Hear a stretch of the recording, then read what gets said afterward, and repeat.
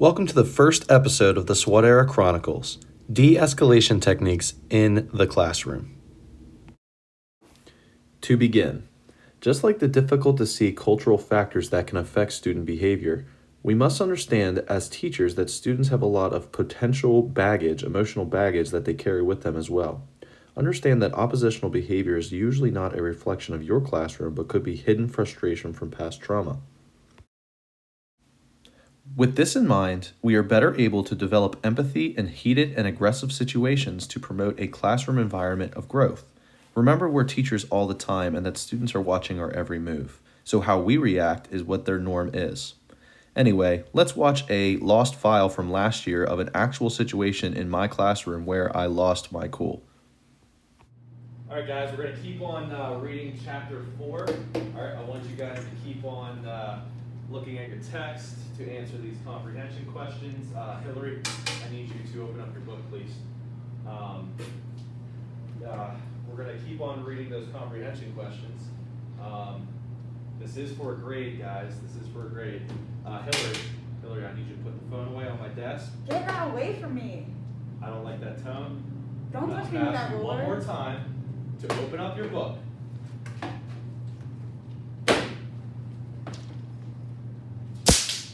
I'm sick of this.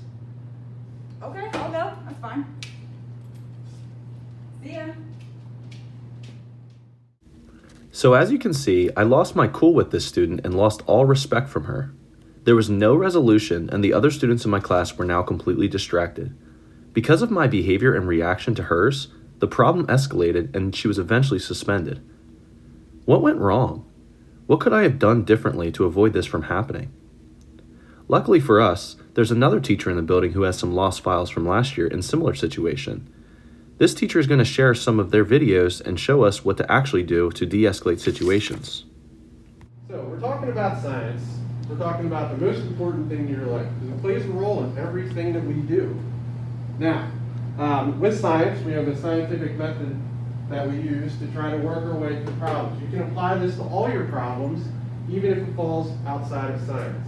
You knew what I'm talking about. Thank you. So what this teacher did with this student that I did not do was just use a quick verbal de-escalation technique. All he did was give her a little hand signal to say, hey, put your phone away, it's time for class, we're trying to learn, was all the student needed to see. She knew right away to put her phone away. She rolled her eyes because she didn't like it, but there was no escalation and there was no aggressive behavior. But sometimes this doesn't work and you do have to step in a little bit and maybe say something. Let's check it out. So, we're going to crack open books today. We're going to get into a little bit of minerals and rocks, your favorite subject. We always talk about it. Your family's talking about it. Your friends are talking about it. Why are you standing so close? So, hey, what's going on today? Yo, you need to back Get up. off the phone. You need to All right, back up. understood.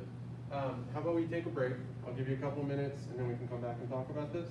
All right. Got a place in the back of the classroom if you want to go take a 5.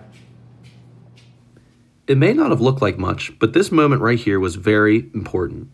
The fact that he crouched down to her level to talk to them in a non-condescending voice and very calm tone showed this student that, hey, I'm there for you and I understand you're having a bad day. He told her, why don't you take a little break and let's talk about this in a little bit. Let's see what happens next.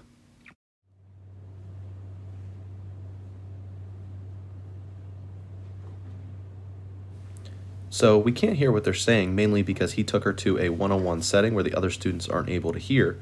But based on their body language and demeanor, she seems to have calmed down quite a bit. This is great because now she won't be suspended and the problem was resolved. The teacher is calm and can continue on with the classroom operations. Let's see what happens the very next day.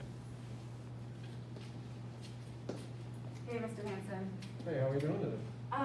Pretty good. Thanks for not freaking out yesterday. I was just having a bad day.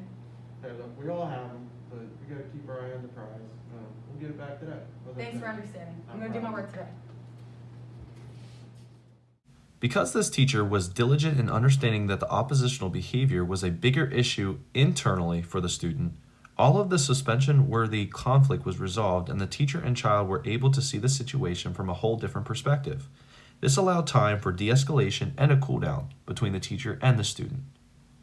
Please tune in next month for another episode of the SWAT Era Chronicles.